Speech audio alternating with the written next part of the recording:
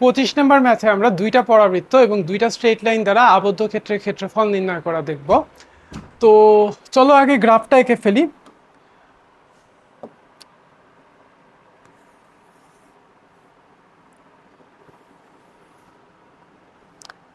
প্রথম পরাবৃত্তটা হচ্ছে y equals to x square. এটা তো খুব সহজ।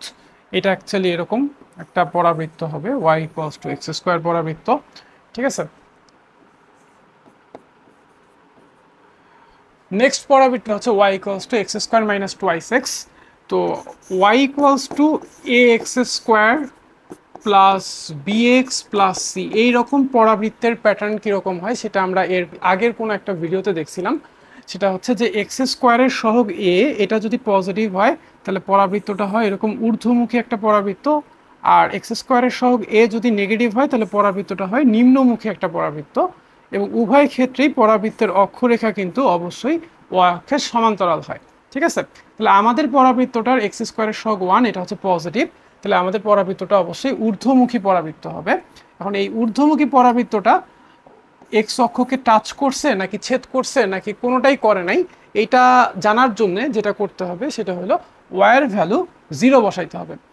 ওয়ার যেহেতু এক্স অক্ষের উপরে ওয়াইয়ের ভ্যালু 0 হয়, তাহলে ওয়াইয়ের ভ্যালু যদি 0 বসাই তাহলে আমি কি পাচ্ছি, এখান থেকে এক্স কমন নিলে x x into x minus 2, তাহলে এক্সের দুইটা ভ্যালু পাচ্ছি, একটা হচ্ছে 0 আর একটা হচ্ছে 2। এক্সের যদি দুইটা ভ্যালু পাওয়া যায় এবং ভ্যালু দুইটা যদি বাস্তব হয়, তার মানে পরাবৃত্তটা এক্স অক্ষকে দুইটা বিন্দুতে ছেদ করছে। যদি এক্সের দুইটা ভ্যালু সমান হয় তাহলে তার মানেটা হচ্ছে পরাবৃত্তটা এক্স অক্ষকে একটা বিন্দুতে স্পর্শ করছে, আর এক্সের ভ্যালু দুইটা যদি অবাস্তব হয় তার মানে হচ্ছে পরাবৃত্তটা এক্স অক্ষকে স্পর্শ বা ছেদ কোনোটাই করে নাই। আমাদের ক্ষেত্রে এক্সের ভ্যালু দুইটা হচ্ছে বাস্তব এবং অসমান, তার মানে পরাবৃত্তটা দুইটা বিন্দুতে এক্স অক্ষকে ছেদ করছে, একটা বিন্দুর এক্সের ভ্যালু 0 আর একটা বিন্দুর এক্সের ভ্যালু 2। ঠিক আছে, ওকে, তাহলে আমাদের পরাবৃত্তটা দেখতে কেমন হবে? আমাদের পরাবৃত্তটা দেখতে হবে হচ্ছে এরকম।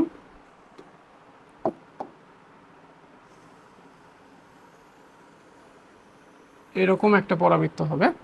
ঠিক আছে, এই পয়েন্টটার এক্স এর ভ্যালু হচ্ছে 0 আর এই পয়েন্টটার এক্স এর ভ্যালু হচ্ছে 2।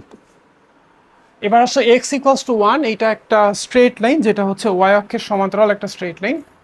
এটা ধরলাম x equals to 1 straight line. আর এক্স ইকুয়ালস টু 3, এটা আরেকটা স্ট্রেট লাইন যেটা হচ্ছে এটা ওয়াই অক্ষের সমান্তরাল একটা স্ট্রেট লাইন। এটা হচ্ছে x equals to 3 straight line. ঠিক আছে, সো এই পয়েন্টটার এক্স এর ভ্যালু হচ্ছে আমার 1 আর এই পয়েন্টটার এক্স এর ভ্যালু হচ্ছে 3। ওকে, আমাদের আঁকা কিন্তু শেষ। এবার এই দুইটা পরাবৃত্ত এবং এই দুইটা সরল রেখা দ্বারা আবদ্ধ ক্ষেত্রের ক্ষেত্রফল কতটুকু সেটা একটু আমরা চিহ্নিত করে ফেলি। চলো, আবদ্ধ ক্ষেত্রটা হচ্ছে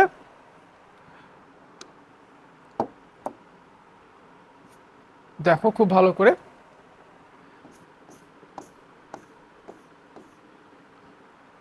এই অংশটা, এই গ্রিন কালারের মার্ক করা অংশটাই হচ্ছে আমার নির্ণেয় আবদ্ধ ক্ষেত্র।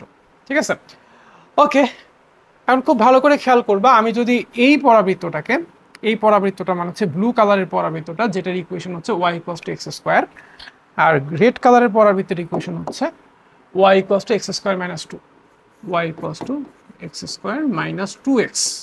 ঠিক আছে, আমি যদি এই গ্রিন কালারের পরাবৃত্ত y equals to x square এইটাকে ইন্টিগ্রেট করি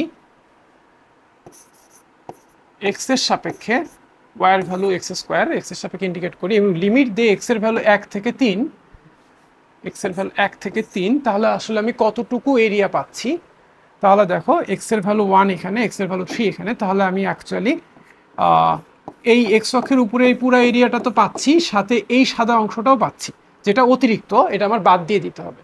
সো মাইনাস এই সাদা অংশটার জন্য আমি এই লাল কালারের পরাবৃত্তটাকে, দ্যাট মিনস হচ্ছে এক্স স্কোয়ার মাইনাস 2x যার ওয়াইয়ের ভ্যালু, সেইটাকে ইন্টিগ্রেট করব এক্স এর সাপেক্ষে এবং লিমিট দিব 2 থেকে 3, 2 থেকে 3।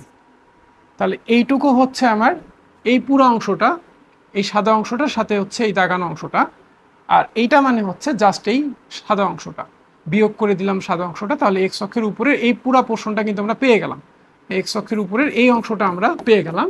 আর এতটুকু জাস্ট বাকি আছে, বাকি আছে কতটুকু? বাকি আছে হচ্ছে এতটুকু।